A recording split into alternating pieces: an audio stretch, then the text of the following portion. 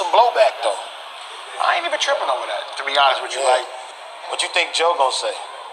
That's exactly what Joe Budden is gonna say after he hears the entire album.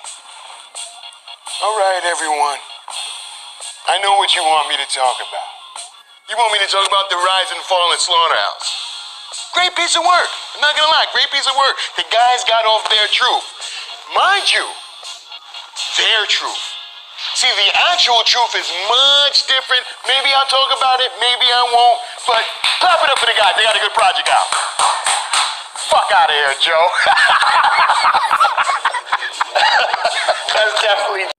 What up, y'all? It's Jay Coffee on the vid, and y'all hear that clip there, Joel Ortiz and Crooked I linking up. It's already hit about a week ago that they got this Rise and Fall of Slaughterhouse project dropping. Already got a single out, a video out, Vacancy. So much is unfolding about this Slaughterhouse story that all of us fans, the hip-hop heads, have wanted to know for so long. Like, what the fuck happened with Slaughterhouse, When these four linked up, it was like when, Captain Planet, when the rings would all, whatever, or like Voltron assembling, or all the Power Rangers coming together to make Megazord. That's how it was when Royce, Crooked I, Joel, and Jump Off, Joe Beezy all linked up, for the first project. And then when they went to Shady Records, everyone was going nuts. But it all didn't play out like it was supposed to.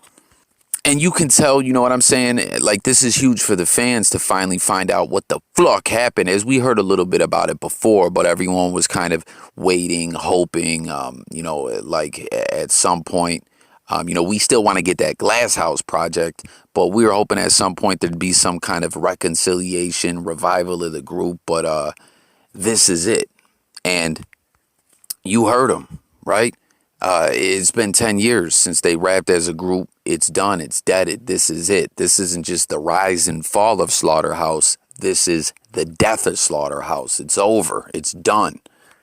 And in that video, there was all kind of symbolism. You know what I'm saying? Them packing the house up, taking the pictures down. It's a wrap. It's over. And like I said, this is like therapy for them. You could tell they've been holding in a lot of feelings. You know what I'm saying? Is all these artists, as I pointed out before, have been through a lot in their careers. You know what I'm saying? Joel Ortiz on Aftermath. That didn't really work out for him. He's always kind of had to grind independently. Joe Budden came into the game with Def Jam, ended up going back independent. We know he's now just podcasting. He's retired. Royce the 5'9", we know about him and Eminem's relationship, the beef that happened, all that. They're good now. They link back up. Crooked I being a part of the Row, like Death Row 2.0. Dope artist then, you know what I'm saying? I remember when he was freestyling on one of them late night shows or whatever. Like, the dude was the truth, but that didn't really put him on the map like it was supposed to. Like, all these guys have been through a lot in the game. They've grown, they've matured, they've done so much. But when it comes to this group that they all took seriously, so seriously, and held very close to them, you could tell like Slaughterhouse means a lot. They're just coming to terms with it, that it's a wrap. And we already saw Royce the 5'9" react, not too happy about it. We haven't heard anything from Joey yet, but I gotta tell you, man, Joel Ortiz's impression of Joe Budden, spot on, like, and funny as fuck. But real talk, like, that's exactly how I picture Joey reacting to all this. And listen, with them, yeah, they're cracking jokes and all that, but at the same time, you could tell they're serious. They wouldn't put that in a video. And in the track too, you heard in the track there were a lot of bars aimed at Joey. And back, I want to say around 2017 or so, there was some bars on, I think, Joel Ortiz, one of his solo jump offs, that kind of seemed like he was speaking about Joe Budden. But now they're opening up more, and we're really seeing Joe Budden fucked it all up. I mean, I remember at one point in time, Charlemagne, I don't know if it was when Joe Budden was doing the thing with DJ Academics, the Everyday Struggle, or when he got his first big podcast deal, something that Joe Budden was doing in the content lane, the podcast lane at one point in time when there was some kind of major announcement. Charlemagne and Andrew Schultz were talking and they said, yo, how long do you guys think that this will take before Joe Budden sets it on fire himself? You know what I mean? Burns his own progress down to the ground. It takes his Newports, lights up a Newport, and sets the whole building on fire. And there at that point in time too, they were also cracking jokes, but they were dead serious. Like, Joe Budden just seems to be a very self-destructive dude. I mean, I fuck with his music, I fuck with his podcast, although I gotta say the podcast is not the same. That's another thing that fell apart. His relationship with Rory and Mal, they had to go their own way, do their own thing. And jump in the comments, y'all. Are Rory and Mal still putting up better numbers than the Joe Budden podcast? Comment and let me know, as well as all your thoughts on everything else that we're speaking on this one. But you just see it, man. You see what everyone's got to say. And, we heard, like I said, we heard a little bit before around, what was that, 2018, I want to say around 2018 when Eminem came out with Kamikaze and he had them bars aimed at Joey. Like, not too long before that, Joe Budden had dissed Eminem. He took some shots at Eminem, and I don't know if it was on a track or somewhere recently. I've also heard them elaborate on that. Aside from the whole Slaughterhouse thing, they were just saying that Joe Budden taking them shots at Eminem and some of the other things that he said fucked up a lot of stuff for them doing their own thing. Like, a lot of the BS that Joe Budden has done, that stigma has kind of stuck with them and fucked the game up for them in their own individual business. And I gotta say, it's a damn shame. I don't understand what the deal is with Joe Budden. We could tell he's a difficult dude to work with, but they're not hiding it anymore. Basically, in a nutshell, it's Joe's fault. Okay, I'm not quoting that's what they said, but he's a big part of why things went bad. Like, real talk. Jump in the comments, share your thoughts. I can't wait for this project to drop. Once again, I'm so glad that the fans are finally, in the hip-hop world, is finally getting clarification about this, some kind of closure. And, that Crook and Joel are kind of closing this door, this chapter, this book in their life as well. You know what I mean? And it's interesting. Like I said, we seen Royce the 5'9" react and let everyone know he's not happy about this because, like I pointed out, a few years back, there was a point in time where Lupe Fiasco on social media asked Royce, like, yo, can I step in? Can I take Joey's spot? And he was like, no. Like, if we did something like that, it wouldn't be Slaughterhouse. Slaughterhouse is Slaughterhouse. And here they are carrying on and closing out the Slaughterhouse legacy without Royce. I'm guessing they already knew, he wasn't going to have no part in it. You could tell, too, like, Crook and Joel have always kind of just been closer than any of the other members. Like, them two have a different kind of bond, a different kind of relationship than the rest of them all do together. But Royce has already reacted saying he ain't happy about this. And they were saying, yo, we're doing him a favor because, he's a hard worker. He gets really in depth with everything he does. And we're just doing you a favor, Royce. Don't worry about it. So tap in, hit the comments with your thoughts on all that. Are you like me where you just can't wait for this project to drop? And once again, tap in about that vacancy jump off that dropped just like a week ago. But peep it. Did y'all catch that other thing?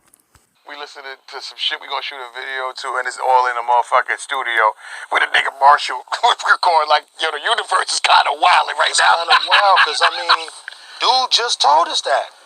That's He what was I'm like, saying. yo, Marshall did his shit in there for the Marshall Mathers LP. I'm like, wow, really? Did y'all hear that, right? Think back, okay? Kamikaze dropped. It was a surprise album. No promo, really. Music to Be Murdered By when that came out. He didn't really promo that one either. And when Music to Be Murdered by Side B came out, the fans figured it out because of cryptic things on social media, messages and symbols and whatnot. That producer, Them Joints, tweeted out a picture of all the different projects he had worked on over the year. It was at the end of a year, and people could see that there was 2 Music to Be Murdered bys, and one had a B on it, and it was in black and white, and the fans picked up on that quick. And, they started tweeting, posting about it, and at one point in time when they asked Crooked I about it, he kind of was like, yo, I can't confirm nor deny. But then later he posted something kind of confirming it, right? 6 months ago, 8 months ago, 10 months ago, somewhere around there was a similar situation where producer Fred Reck was posting some stuff and people started seeing it and saying, yo, it was like addresses and dates and different things like that and pictures and just a lot of different stuff. And they were saying, yo, this means a Slim Shady LP2 is coming. Well, peep it. You heard what they were talking about, how the universe is crazy. They're getting into this studio right now to record this, ending the Death of Slaughterhouse project, the Rise and Fall of Slaughterhouse. They should have just called it the Death of Slaughterhouse, right? Because that's flat out what they said it is. But anyways, they said, yo, this is where Marshall just recorded. Such and such just told us. And he said, for that Marshall Mathers, you know what I mean? So we've already seen a Marshall Mathers LP 1 and 2. It almost sounded like Crooked I was saying that this is going to be Marshall Mathers LP 3, unless he accidentally said Marshall Mathers and meant to say Slim Shady LP. I don't know. Y'all get in the comments and let me know what you guys took away from it, what it means to you. But it definitely, these guys are smart. They know the fans pay close attention. Like I said, Crooked I, he's all over Twitter all the time, kicking it with the different fans and answering questions. And, they put that in there for a reason. So what do y'all think? Is that the Marshall Mathers LP 3 coming? Did he mean to say Slim Shady LP 2? Or, peep this, y'all, this is something else I've been talking about. You guys remember the commercial, the trailer for the Super Bowl halftime performance? Eminem was in there battling it with the clone or him from the past, dark hair versus blonde hair.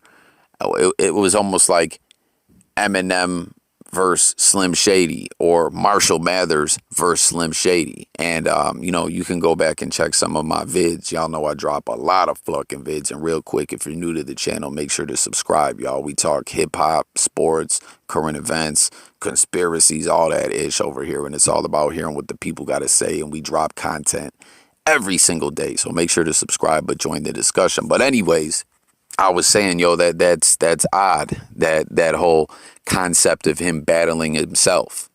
Once again, with the cryptic messages, with the Eminem projects, that's how he's done it ever since, Kamikaze. He just doesn't announce a release date anymore.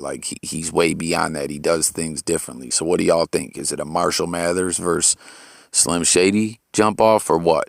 Tap in. Let's talk about it all. I thank y'all for watching. And once again, man, to all the hip-hop heads, ain't it just such a shame that Slaughterhouse went this way? I don't know. Or did you foresee this coming? And damn you, Joe Buddens.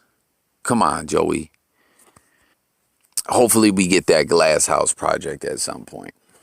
I'm out of here, y'all. Peace.